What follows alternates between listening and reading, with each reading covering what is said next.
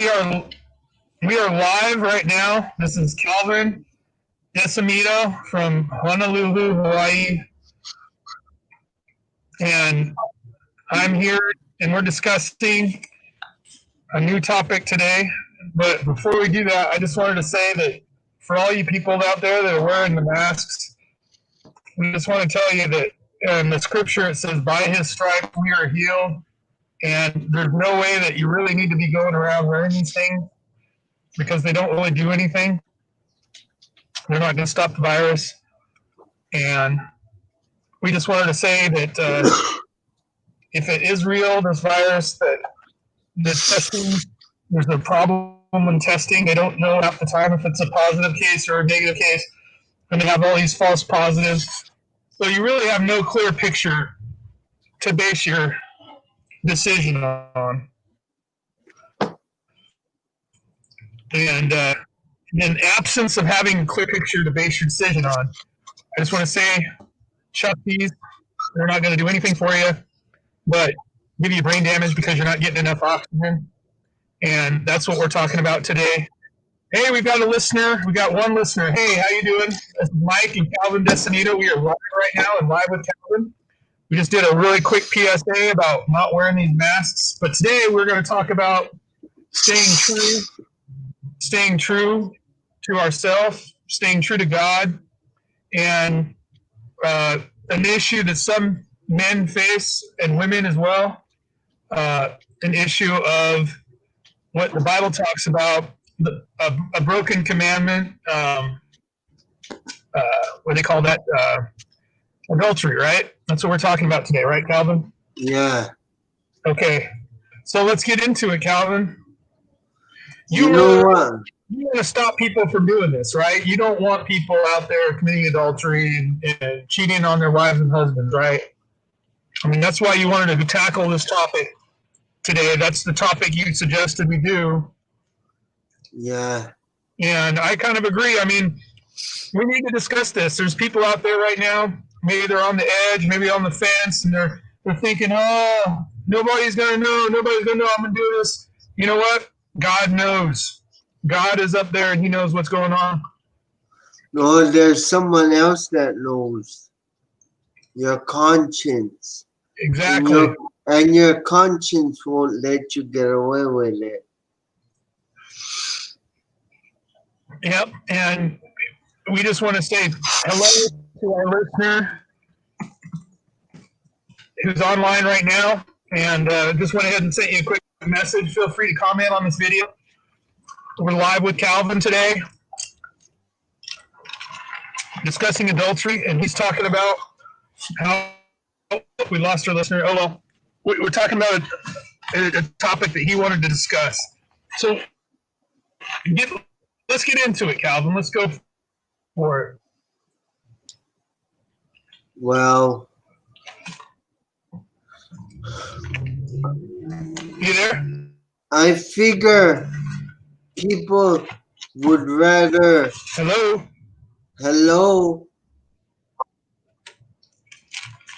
I figure people wanna just. Yes. Have a good time. Sin feels good to people. But it's when we break free, that's when the devil starts to attack. It's when we break free is when the devil starts his attacks? Yeah. And those attacks can take different forms. They could be outside people or outside influences that come upon us that bring, as soon as we've broken free, he wants to re-snare us in whatever situation or thing that we're involved with.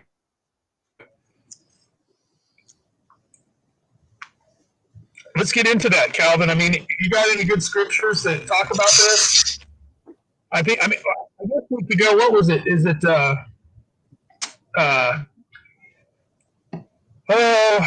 what's that gentleman who the biggest adulterer that was actually a man of God was King David, right? Yeah. I mean, he sent his soldier out to the battlefield, and meanwhile, he's hooking up with his wife. I think the biggest guy was King Saul. What was King Saul? What's the story behind that? I'm not familiar with King Saul. Saul, You mean King Solomon? yeah. What was the story on King Solomon?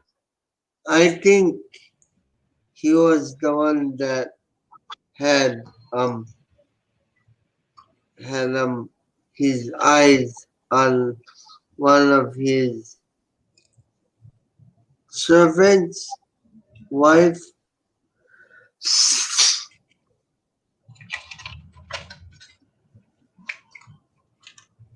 And he What did you say? wanted, I think he had his eye on one of his servants' wife.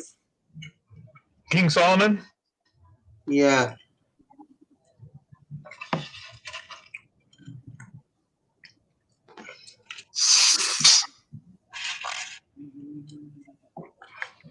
So let's talk about this subject. When we got King Solomon, we've got King David. These men were great men, you know, men of, I'd say King David was man of God. I'm not quite clear on King Solomon's relationship to God. I mean, I know wasn't he considered one of the most wise men of the area?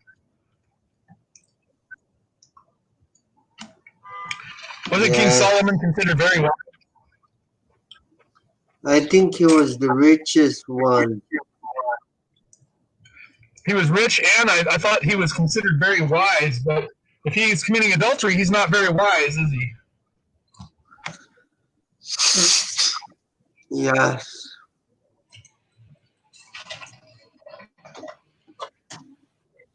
So what do you think, though? I mean, is there a way for men who are ensnared in this trap to get out of it?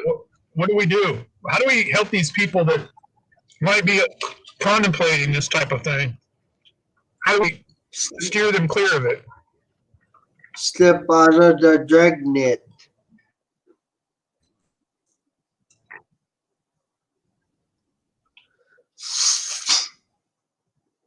You there? The dragnet that Satan's got us involved with, right? Yeah. I'm here. Can you hear me? Yeah. We want to step out of the dragnet Satan's got us involved with. Yeah. And we as Christians, we need to come to Jesus, and we need to realize that God has a plan for our life, and that plan doesn't include sinning. That's not in his plan. He can't even contemplate sin. He is holy and just. So therefore, his plans have nothing to do with us and our desires, our human desires, other than fulfilling his plan. If our desires line up with his plan, it fulfills his plan. But if they don't, we're just wasting our time, we're burning energy, and we're going to create problems for ourselves down the road. Because Jesus said the wages of sin is death. And what we need to do and we need to realize is that when we sin, we create problems, even we don't know those problems, they're going to happen later on. They're going to come back and I know. I know exactly what you mean because this morning I had an argument with a Christian guy and he said I was creating division and I wasn't even trying to create division. I was just trying to give my input. And trying to get people to consider your wisdom and what God told you to do, what God led you to do, which was give your wisdom about God to people. Yeah. Because that's what you were, when you went through the accident, you were told by God to spread his message, and that's why we're here. That's why we're on live with Calvin right now. We're spreading your message, and right now you're talking about adultery, and you're telling the guy that's thinking about doing something like that, don't do it, right? Yeah. I mean, the wisdom that Calvin has based on his relationship with Jesus Christ, who he met in his near-death experience, is something we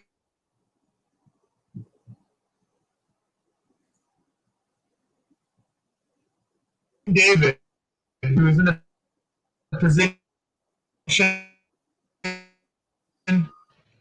can do when he thinks, even he's a man of God. I think maybe we've lost more, Calvin. I think it's more than Well, we're going to that. continue to talk about. There you are. You're back. I think it's more than that. No mask. I think it's because No mask. no, I think it's because he has too much money. See, when people have too much of anything, they feel kind of privileged and they think they can do whatever they want. King David. Yeah.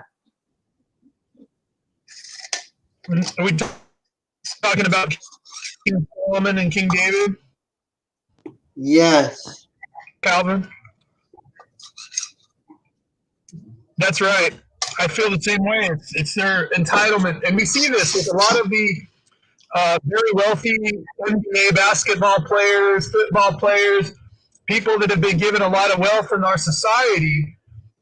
They think they're entitled to go out and sin, and that's exactly the opposite. God gives you the blessing to be a pivot point, an example, somebody that people can relate to. That's the reason you've been given this blessing. And these people go out and do this because they've got wealth and they think they're going to, get Live more blessings from God. forever. Yeah, we don't live forever. It's a slow, dying process. The moment we're born, we're dying, right? Yeah.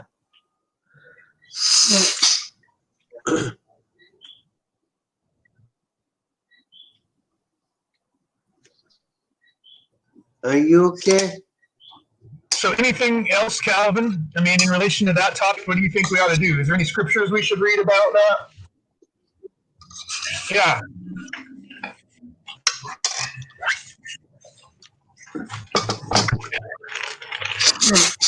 I don't know. You want to go to King David? Yeah. You can find that? No, not really. I don't have my Bible with me.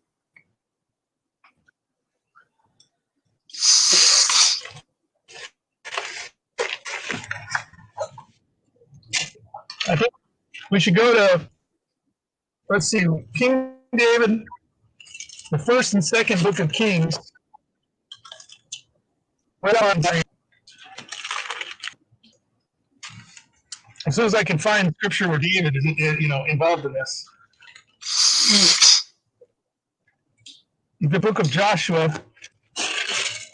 He's old and decrepit in first book. In the first book of Kings.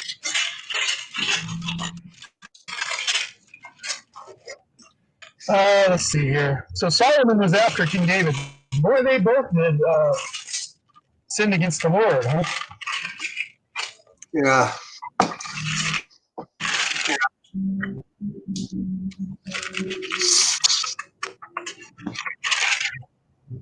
Maybe it's in 2 Samuel. Okay, people.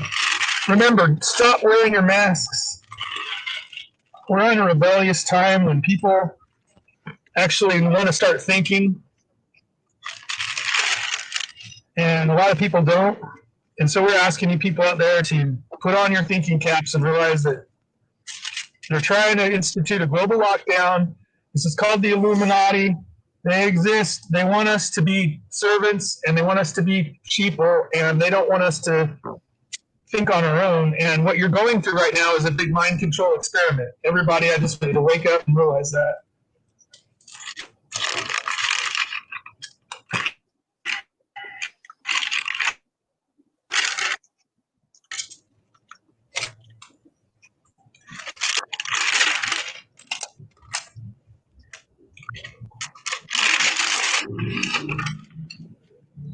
Okay, here we are. We're talking to 2 Samuel.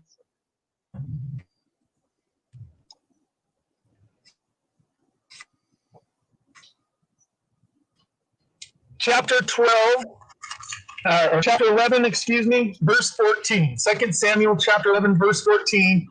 And it came to pass in the morning, his general, and he said, and he sent it by the hand of Uriah, and he wrote the letter saying, Set ye Uriah in the forefront of the hottest battle, and retire ye from him, that he may be smitten and die. So he not only literally was going to cheat and break a 10 commandment, which they didn't come out to when Moses, had the 10 commandments, but he also was going to have him smitten and dead. He was going to basically, it's not like he murdered him, but he murdered him. He put him up where he knew he was going to get killed. And he said, Be smitten and die. And it came to pass when Joab observed the city that he assigned Uriah unto a place where he knew that valiant men were.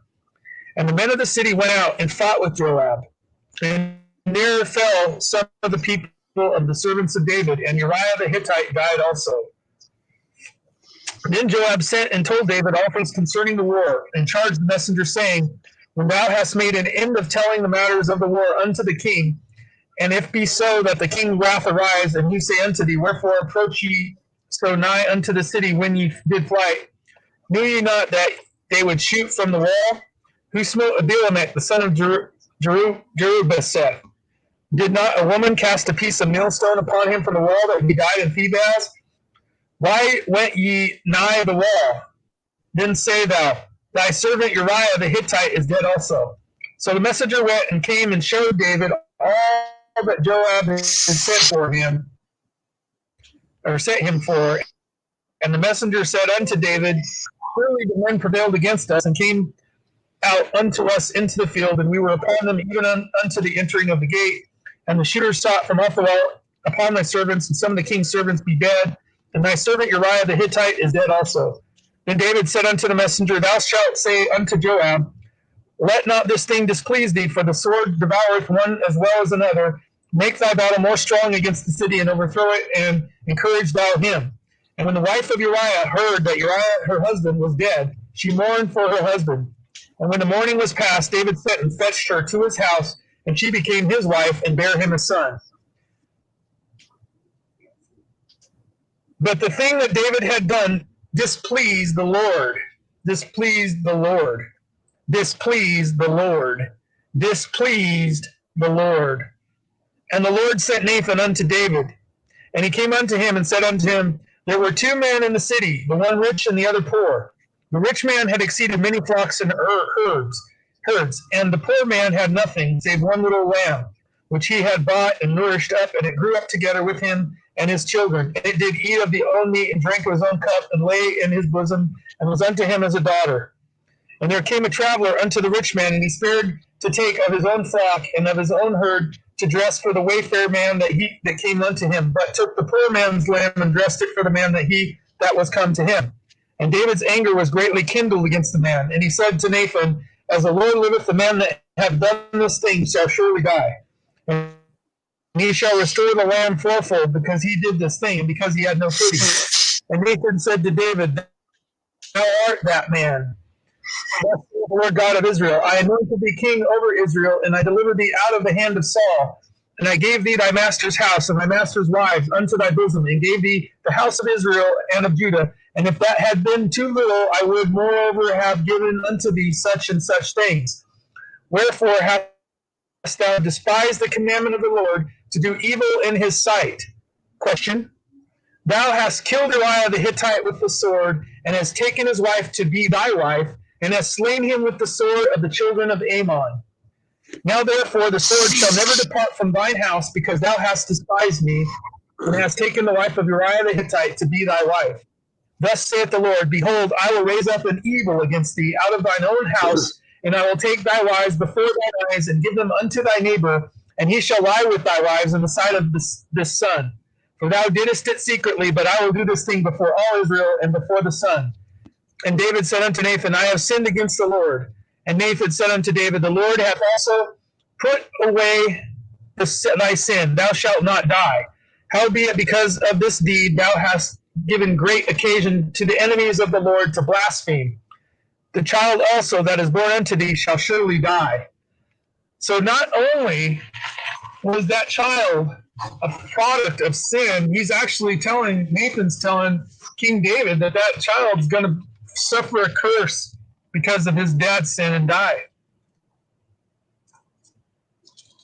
You there, Calvin? Yeah, I'm here. So what do you think? What do you think about that? I think two wrongs don't make a right.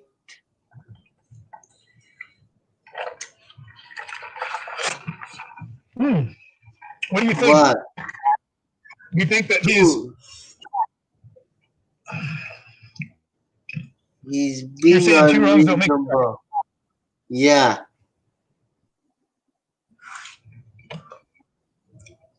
Who's being unreasonable? God? No, King David. No. What that scripture is saying is that David's going to suffer a penalty by God's going to kill his son he had with Uriah's wife.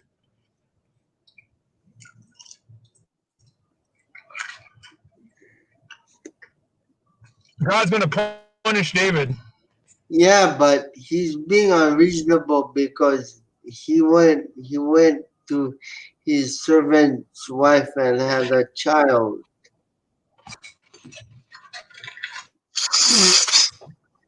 Yeah, that's true. Because the king... What? Go ahead. And a king should be there for that person. Because I think Jesus is our king. And he's always there for us. Exactly. If you got a king, you should be able to rely on him. And I think that's why Jesus, when he came and said, what is it? A servant is no greater than his master?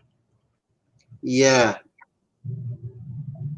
And I think that even Jesus said, I come to serve, not to be a king, right? I mean, they wanted to make him king, but he said, no, Yeah. He came as a servant, and he washed the feet of his disciples. Actually... So, I mean, that's what we need to do is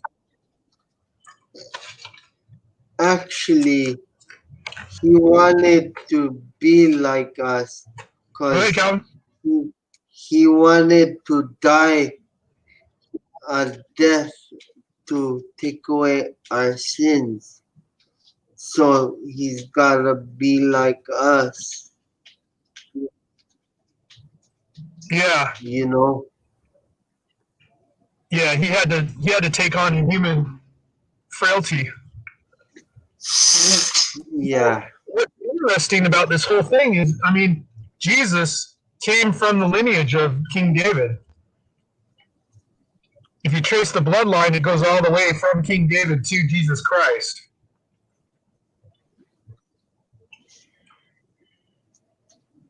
Don't you find that fascinating, Calvin? Yes. So what do you think? You think that Jesus, being that part of him was the flesh side, was also taking away the sins that his forefather, King David, had made? Just imagine, King David's sin, one of the greatest sins committed from ancient Israel, was paid for by Jesus' blood at the cross. Isn't it fascinating? So somewhere up there in heaven, there's King David. No, I think God had to step down from his throne. He had to put away. He had to put on a human to take on the sins of the world, because you can understand, man cannot handle what we were the penalty for disobedience. Yeah.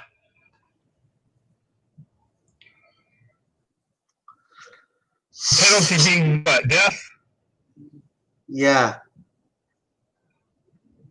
The second death, I should say. Yes.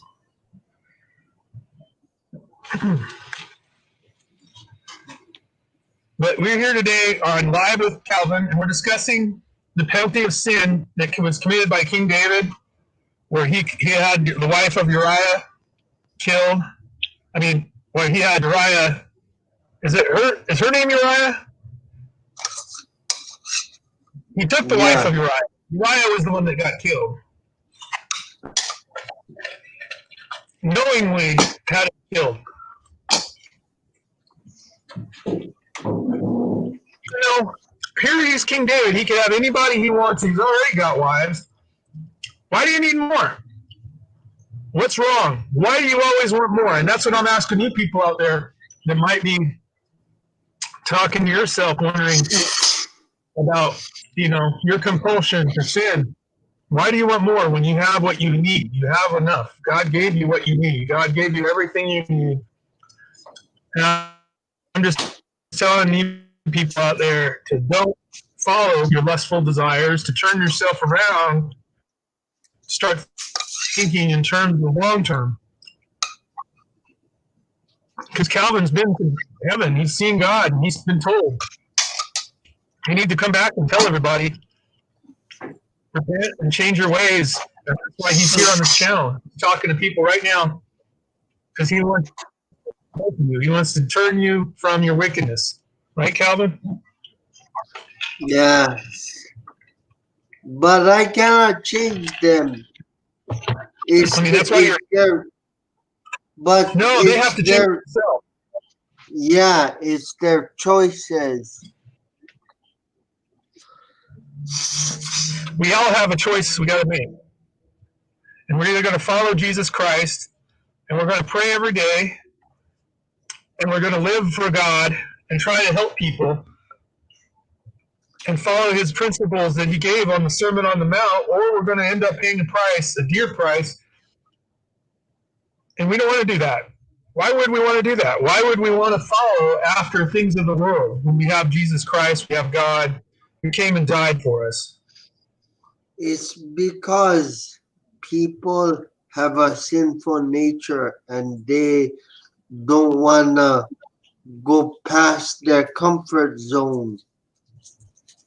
Well, that's what we're here right now, teaching these people and discussing it with these people. We want to shake you out of your comfort zone. We want you to realize that this world is being driven by the enemy who wants you to wear these masks and walk around like robots and not use your brain. Because the easier that you feel, watching football all day, and the easier life is, it doesn't necessarily mean that you're expanding. You're not stepping out of your comfort zone when life is easy. Life is difficult, and it has challenges, and that makes you step out of your comfort zone, and God presents you that. And that's why we're here to tell you people, wake up, change yourself. Don't follow the wrong path. Because Jesus Christ wouldn't want you to do that, and that's why we're here. God does what God doesn't what, Calvin? To do. God does what he needs to do. God does what has to be done. God does what he needs to do. even though it's painful. Exactly. He'll have to step in sometimes, and sometimes he permits things to happen, even though they're very painful.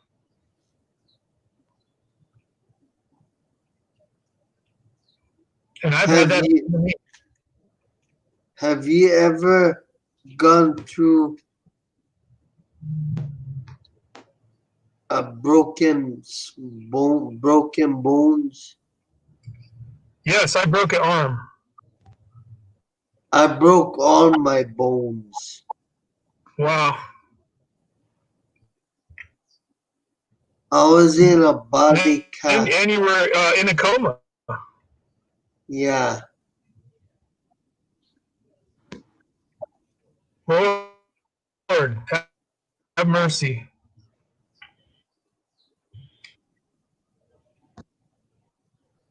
You shouldn't say that. You made it. You rehabbed. You're in a new trajectory. You're out here But fighting for you God. You're shouldn't. giving us your wisdom, and this is why we're here.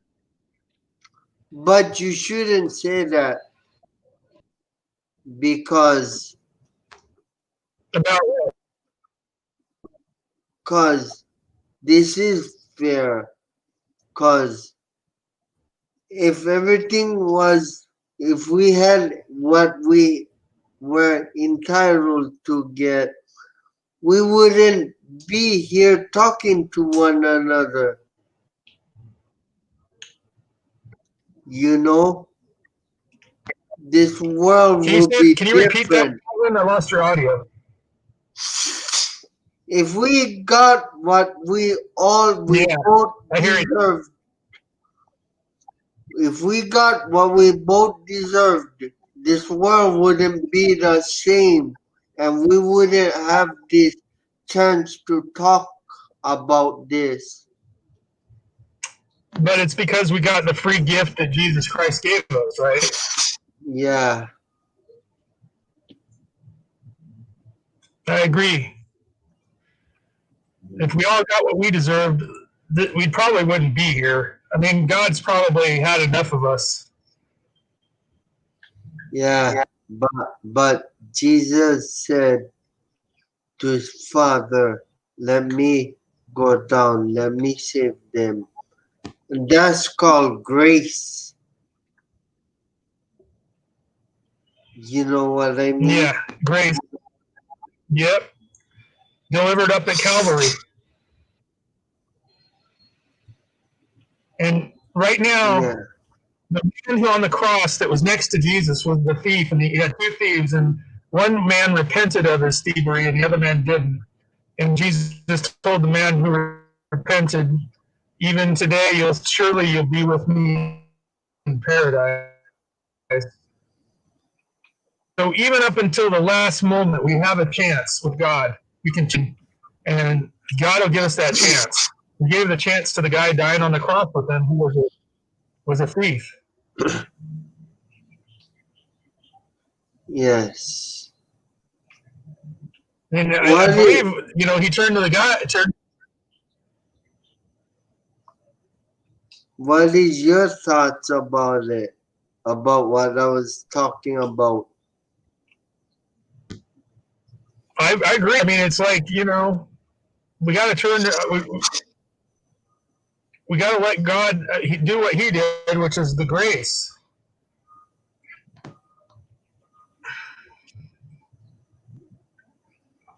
So we are still here. We're live with Calvin on Walk of Faith, and we've discussed King David. We discussed, the the basic topic, which was what Calvin wanted to discuss, which was adultery. But we've also kind of broadened that out to talk about keeping your promises and, keeping straight with God, keeping yourself in line with what God's will is, because that's the only thing that's going to bring you happiness in this life, is but when you're doing God's will for your life. And that's what I feel, Calvin. I feel led when I created this channel, is part of it is I just wanted to do God's will for my life and bring up stories. And I used to be a journalist. I used to take journalism class, and I always thought it'd be great to help people expose their, bring forth Jesus Christ. And I met Calvin in a prayer group, and a lot of those folks in the prayer group have since kind of dropped off. You don't hear from them anymore. But we're still here. If you're out there, we're praying for you, and just give us a message and send us an email or send us a message on Facebook, a prayer request, anything you want to do out there. Just send us a prayer request. We'll be happy to pray for you, and we want to continue God's will in your life. So, anything else you want to say, Calvin, before we wrap this up? Because we're about at 35 minutes now. Well, not really.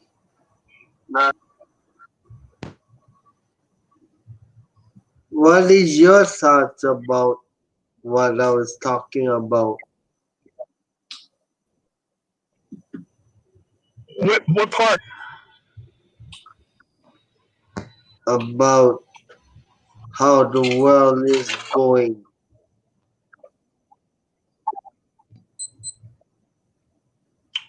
You mean how it's going into the toilet? Yeah. Well, I agree. I mean, that's why God sent us a lifeboat in Jesus Christ. And if we cling to the lifeboat, we can get through it. I mean, you've had every bone broken in your body. You've been in a coma, but you're still here with us. And that's because God's grace. He brought you back, right? No, it's because I had a mission to accomplish. Yeah, that's what I'm saying, is that God gave you that mission, right? Yeah. And it feels impossible.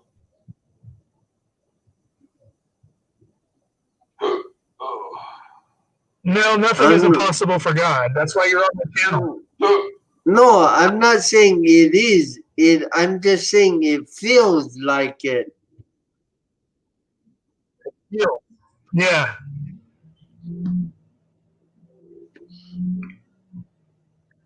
Anyway. Well, you can do it. You can do it. We're all rooting for you, Calvin. Why, did Glenn say something about it? No, I haven't spoken to Glenn. Oh, speaking of which, I would ask you, Calvin, to pray for Glenn. We do not know what happened to Glenn. I have not been able to contact him for over a week now, and he's disappeared. We cannot find Glenn. He's not answered our phone calls. We've called several times. We've left messages on Facebook. We don't know what happened to Glenn, and I would urge any listeners out there, if you know Glenn Erickson, to please contact us here at Walk of Faith. We're extremely concerned right now that something may have happened to Glenn. He was being heavily followed. We tried to call his phone, and his voicemail's full, and he's not. There's something going on, because he said he was only going to be gone for a couple of days, and it's been over a week, and we haven't heard from him. So we are very concerned about Glenn Erickson right now. We think he's under attack. He was under attack prior to me talking to him. He had been hit with pulse weapons just the week prior to when I released that video. And right now, we're very concerned. He's already had an attempt made on his life. And we just want to get, at Walk of Faith, we just want to get this word out that if anybody can get a hold of Glenn Erickson, please contact us. This is an emergency broadcast because of that situation. I think it's because he's been trying to get everything justified, and everybody's attacking him Yeah, they because are. of that. We're very concerned about his welfare right now because he was under a lot of attacks. He had been followed several times. He's had two assassination attempts on his life because he was revealing information about this boys' summer camp, and actually it's a co-ed summer camp, and nobody has released this story other than Walk of Faith. And we're trying right now to contact him in any way, shape, or form. And Glenn, if you're watching this stream, please call me. We'd like to know that you're safe. We know that you were under a lot of attacks. You were being followed, and you're heavily surveillance. You know about the tracking device that was found underneath your car. You found a tracking device possibly in your dashboard of your vehicle. You relay that information to us, and we know about that. And I'd warn anybody who might have Glenn, if you are out there and you've captured Glenn in any way, shape, or form, if you've had any way or any involvement in the abduction of Glenn Erickson, we will find you. I'm warning you right now. I will find you, and we're going to hunt you down. Because at Walk of Faith, we keep our family part of the family, and I just want to let you know that we are going to find you, Glenn. If you've been abducted, we will find you. Because we know that he was under a heavy amount of attack coming into our interview. They did not want us to release that video. They did everything they could to stop our video, and we had a lot of blowback because of that video too. I have even received a death threat. So I just want to let you guys know out there in YouTube land to please pray for Glenn. Please keep him in your prayers. You don't know where he's at. We're heavily concerned, and I will do whatever I can do to locate him. But thank you for asking, Calvin. I'm sorry I did. No, we needed to get that info out there. Okay, Calvin. Well, let's wrap this up. It's 44 minutes now. Let's go ahead and bug out. We appreciate everybody joining our stream and tuning in to Walk of Faith. This is an emergency broadcast with Calvin Decimito, live with Calvin, and we will see you later. See you. Adios, Calvin. Hasta luego. 房子